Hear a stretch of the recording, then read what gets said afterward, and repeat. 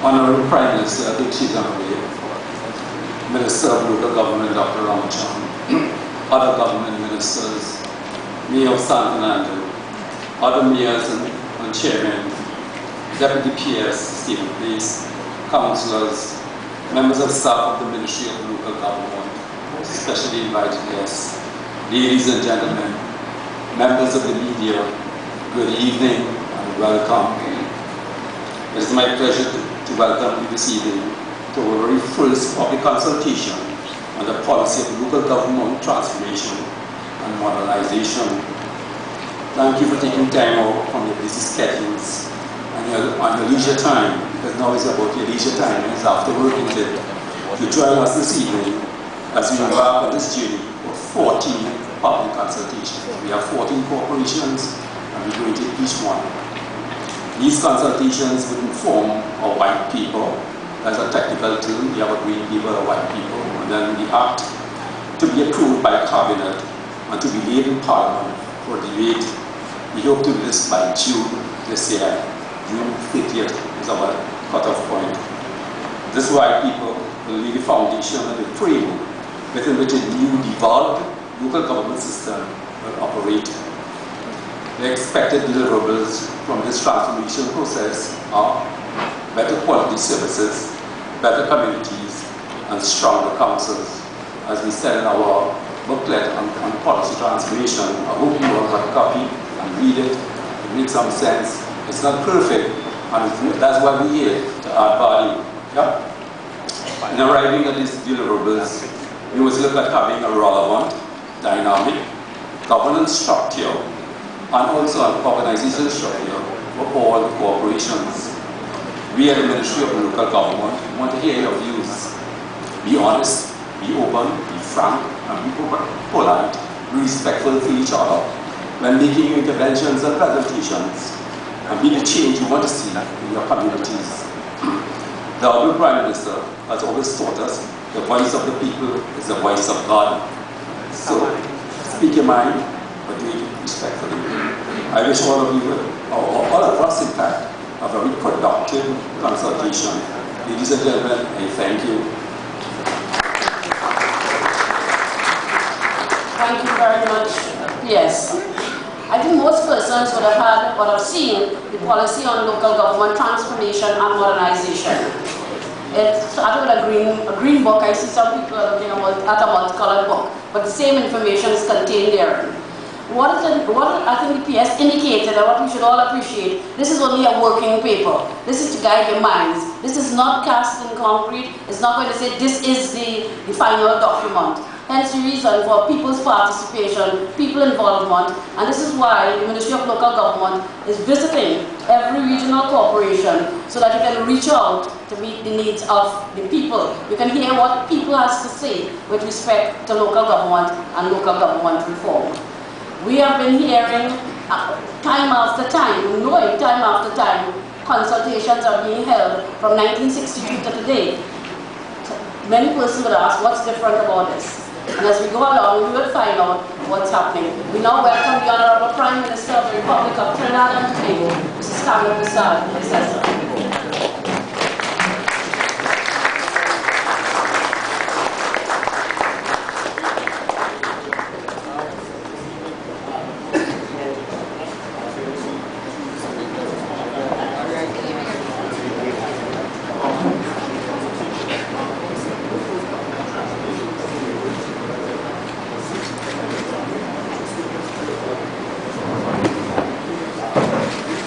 Thank you very much, Honorable Prime Minister. And it's signaled that the Prime Minister is attending this conference, again because Prime Minister, having come from a local government background, like the Minister of Local Government, fully appreciates the importance of local government to really getting a good and building a society, getting people's participation and people's involvement. We now invite the Honorable Minister of Local Government to address us.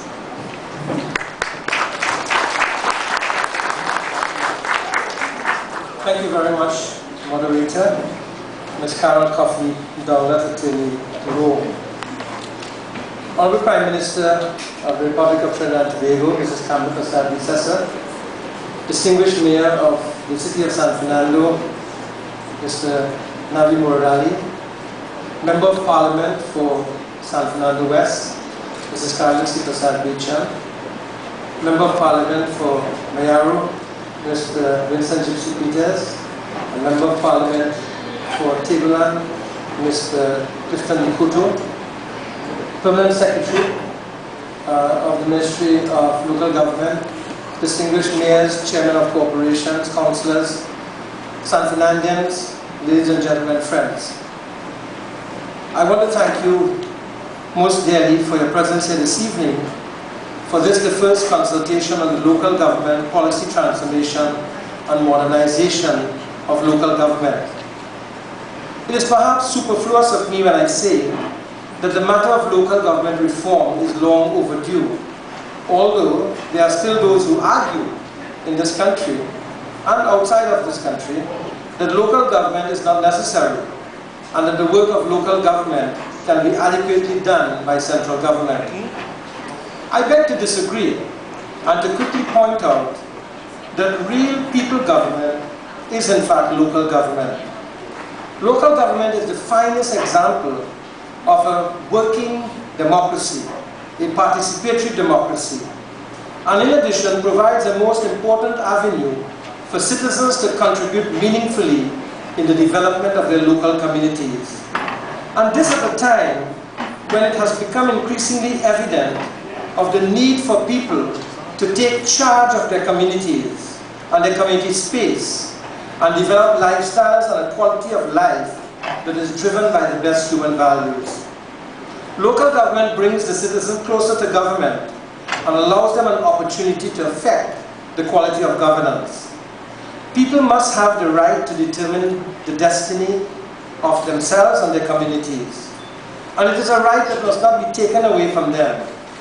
Centralization of government always has the risk of creating physical and psychological distance from both government and governance, a result that is politically and socially challenging. In my view, it is local government that closes the gap between central government and the people. There are those who feel that the Municipal Corporations Act as it is inadequate, though I wish to argue that the strength of the Act suffers because of a lack of implementation. And if you read the Act very carefully, it is in fact a particularly good piece of legislation. But we so often fail at the level of local government in terms of implementing the provisions of the Act. I make this point because at the end of the day, it is the will to implement which will make the difference between transformation or the maintenance of the status quo. It is the same for modernization, in that the efficiency and effectiveness of local government will be experienced as a result of the adoption of better systems and procedures that support values of flexibility, responsiveness, and customer-centeredness. Let me say that the objective of the modernization and transformation exercise is to achieve at least three things. One, the delivery of better quality services to citizens in this country. Secondly, to facilitate the building of better communities. And thirdly, to facilitate the building of stronger councils so that they can carry on the first two. My dear friends, in order to achieve the mandate that is given out to the corporations, corporations hold a minimum of 5 meetings per month. Finance planning and allocation of resources, physical infrastructure, public health, personnel, and statutory. In this short presentation, I'd just like a couple minutes to highlight what I believe are some of the issues faced by local government practitioners, and more importantly, with respect to an effective and efficient local government system. And there are several issues I would like to highlight. One, effective and quality representation. There has been a lot of hue and cry about the quality of local government representatives. And this is, in my view, is due in part to the level of reward for the volume of work required. And secondly, the best persons may not necessarily be getting a chance to serve because for many political parties, local government is a way to cause key supporters to become councillors and aldermen. And we got to therefore look at the best persons in order to be the councillors and aldermen. We need to address the remuneration of councillors, as well as engage in a discussion as to whether councillors should be full-time members of council. Secondly, resource allocation to corporations. The matter of resource allocation must be addressed in the context of the developmental work required in the physical areas served by the corporations, as well as in the context of the capacity of corporations to carry out this work. This matter also requires a further discussion on the needs of areas, given that some corporations are required to serve vast areas and some very small areas. In addition, population numbers and the quality of services required in different areas may vary. Thirdly, the powers of the corporation. In particular, I'd like to hear the discussion on whether corporations should be allowed to borrow for developmental needs. Though this is already provided in the Municipal Corporations Act of 1990, corporations have not really exercised this part of the legislation. Fourthly, improving the efficiency and responsiveness of corporations by revamping processes and demobilizing levels of bureaucracy while maintaining accountability. Many people complain that it takes too long to get things done. Fifthly, the productivity of corporation personnel. This calls into question the quality of people who head the supervision and management arms of the corporations, the capability of the CEOs to get delivery on time and within budgets. Sixth, we need to discuss what is the best organization structure for local government corporations. And finally, what will be the relationship, or should be the relationship, between the Ministry of Local Government and the corporations, as well as with central government and local government to local government corporation. These are some of the issues that I'm sure will find a rich source of discussion in the consultations. And again, I thank you for being here in such very large numbers to share in this first consultation, and hope that you can join us in other parts of the country, as we intend to have 14 such consultations over the next few months. I thank you very much. Thank you very much, Honourable Minister. We now invite the Honourable Prime Minister of the Republic of Trinidad and Tobago to address us, as she tells us her view and gives us her view on local government reform and this policy document that is being circulated. Honourable Prime Minister.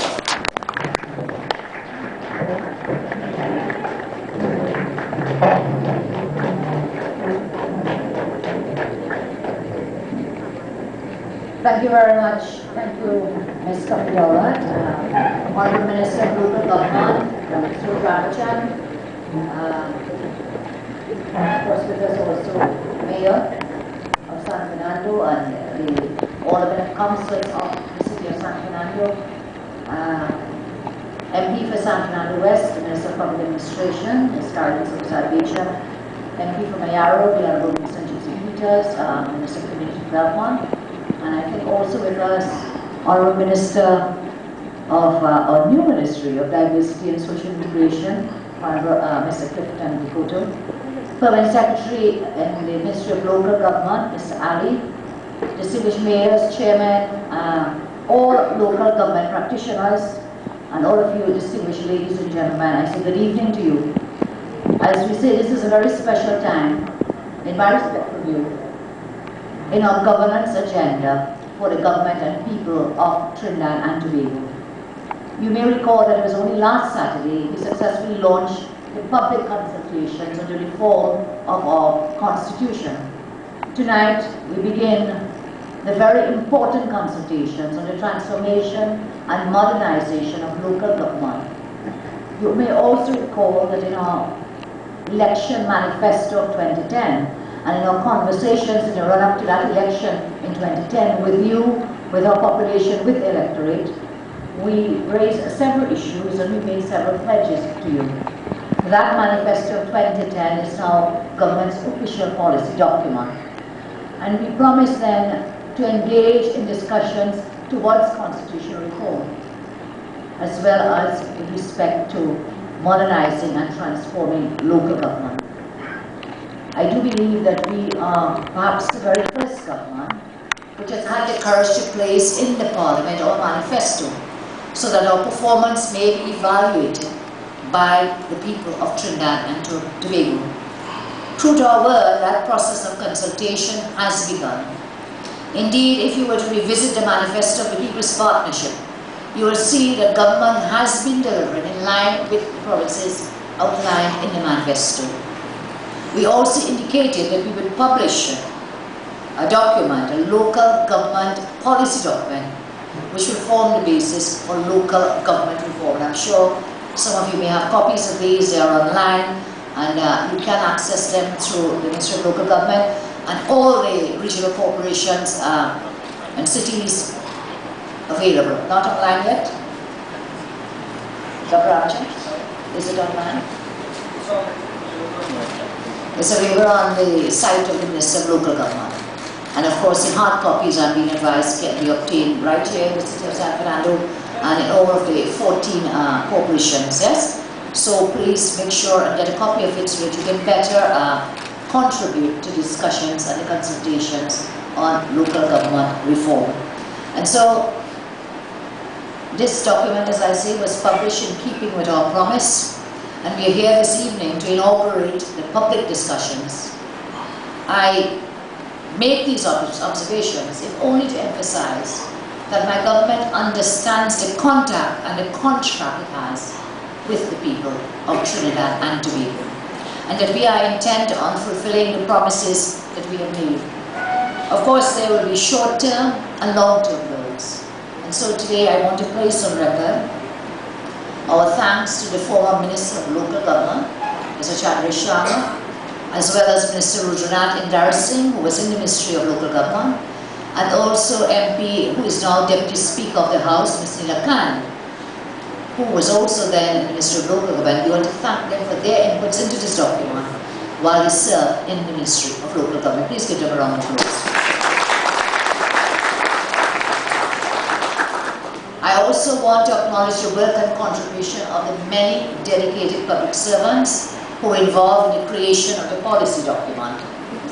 Ladies and gentlemen, as many of you know, for myself, I started my career in governance and government and politics in 1987, as Carol has mentioned, in the local government system. I began as an alderman at the then St. Patrick County Council, now partly the Sapara Regional Corporation. 23 years after I began working in local government, I was elected as Prime Minister of our country. I want to make it very clear that my stint in local government allowed me to have a deeper understanding of the problems faced by local government practitioners and the staff of the corporations in getting resources, in meeting the needs of constituents, and local government being the point of first call for the problems that constituents experience and face. 2 years ago, in my capacity as patron of the Commonwealth Local Government Forum, an association of local government authorities out of the 54 member states of the Commonwealth,